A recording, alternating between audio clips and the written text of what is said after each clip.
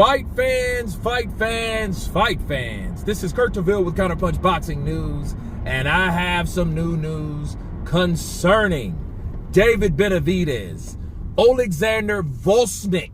Get this, the WBC has ordered David Benavidez to take on once beaten Oleksandr Gvozdyk at 175 for the WBC 175 interim championship.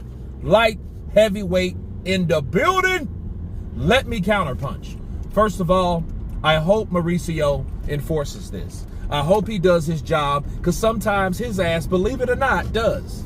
Okay? Sometimes he does his job. Sometimes he says, we're going to implement this fight between David Benavidez and Oleksandr Gvozdyk, and I want to see this fight.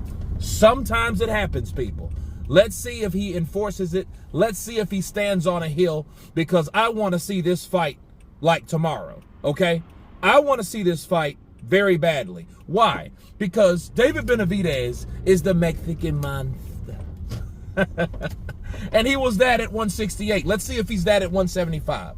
I've been screaming for David to go up to 175 anyway, because Canelo is entitled. Okay, let's just face it. He's entitled. He pretty much does what he wants to. He's the star of boxing. He doesn't need the WBC or the IBF or the WBA or the WBO. He doesn't need any of that shit. He can do what he wants. So, since he can do what he wants, I think what people need to understand, the guys that want to make names for themselves have to take on guys that make names for themselves, like Oleksandr Gvozdyk. You see what he did to, no disrespect, Adonis Stevenson, okay? He put this man in the coma in a hard-fought, great fight, and he was once beaten by, I call him the Russian Bear. Benavidez, okay, in a great fight, okay? I mean, it wasn't a bitch fight. I say, let's see it. Let's see David Benavidez go up and go up in weight, go up in opposition, because it's not like he's campaigning there. He hasn't fought at 175. He didn't want Benavidez, but he wants the guy that Benavidez beat. So let's start there. Why not? I'm proud of David Benavidez, because I'm glad that he's taking that step. Now, however, if they order it and he doesn't take it, you have to look at him kind of funny. Why?